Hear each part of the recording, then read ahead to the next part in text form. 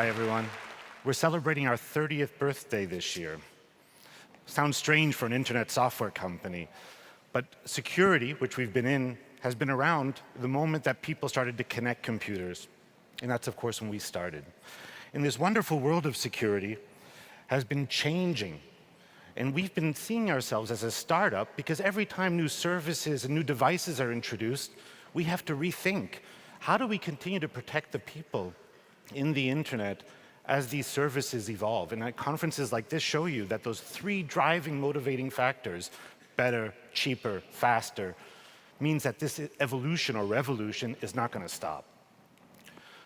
When we look at these services, whether they're new operating systems or new ways to buy products or ways to interact, every time that this happens, more value is being produced. Not only value, but also, on the other side, areas of interest from potentially people who want to misuse it or abuse that value that's being created. This evolution has been going on for the last 30 years, and we see a second round that doesn't change it, but even adds on to the complexity that we're dealing with. And that is the devices. So everybody knows the traditional laptops and Windows and Mac and the other operating systems in the Unix areas. That we pretty much understand. The threat level is huge. It keeps us busy every day and every night. The smartphones were introduced, Android, iOS. There are different threats, different ways that hackers or that people with malicious intent can infect you and grab information or do something else to prevent you from doing what you want. But of course, wearables, your home automation systems, your automobiles, they're all starting to connect, and they're all coming from various places, various manufacturers in the world, and they're all interconnecting, which of course makes our world an extremely complex place to deal with. And with this interconnectivity, we have the issue of trust. Who else is there? What service providers are behind my internet-connected TV? Where are those advertising profiles being built? How are they being built on me? 2 years ago, we had an interesting situation where the microphone of the mobile phone was being used to listen to what's happening in your house, and they would understand what TV channels or music channels you were listening to and could optimize their advertising based on that listening behavior. Many of the new internet-connected TVs are constantly sending profile data out about you to some service provider. Now, of course, you can read that somewhere in the general terms and conditions, but nobody reads those handbooks, and many of them are even online or out of date. We also have the problem that with all these devices being introduced, software on these devices are usually the biggest problem. If they get out of date or there's becoming a known risk, some way to break that software. Now, can we guarantee that it's updated? Can we guarantee that the manufacturer will continue to maintain it?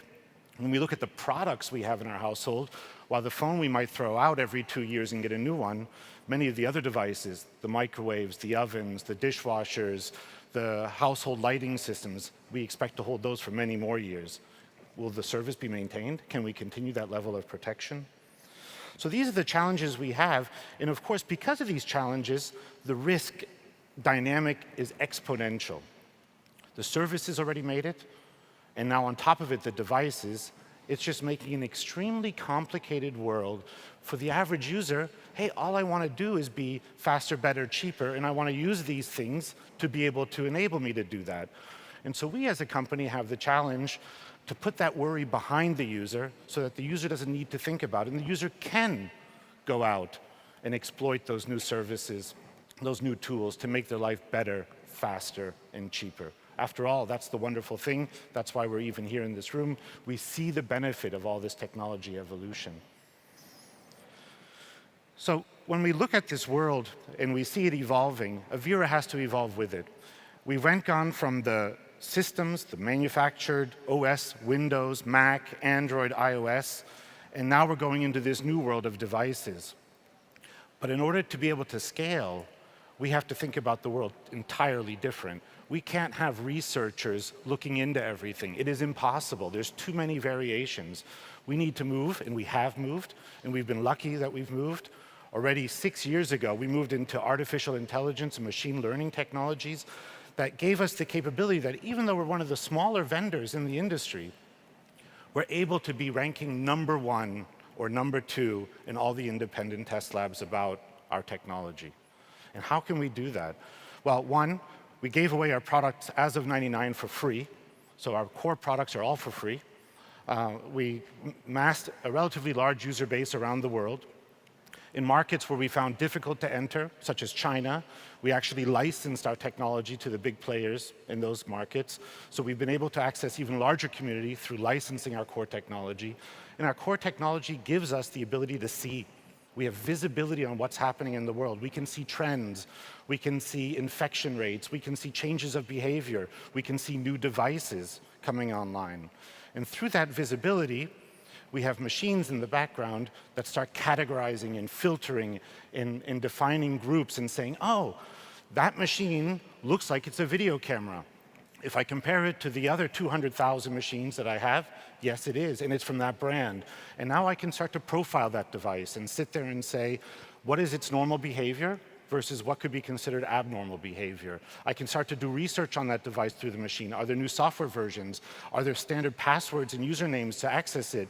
How can I help that user have that security that they need without them having to worry about it and do it all automated in the background? Today already, we have more than a billion, it's a big number, of threat detections every month. That means somebody has tried to infect a machine where we are on.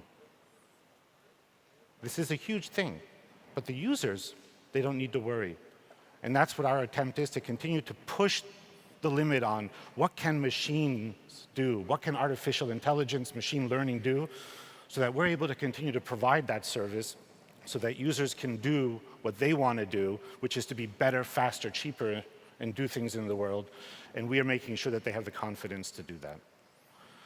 We have a workshop shortly afterwards downstairs. If we want to deepen into the conversation and see actually what the technology looks like, we're happy to share. A couple other interesting facts about Avira I might want to add. We talked a lot about charities in the last day and a half. So in Germany, we take 20% of our revenue, not profit, revenue, and we directly put it into a charity. Our company has been built on helping people. Free software, security is a right, not a privilege. Charity investment, right from the top of the line. And those are the things that we've been built on, and those are the things we'll continue to do. Thank you very much for listening. Have a good day.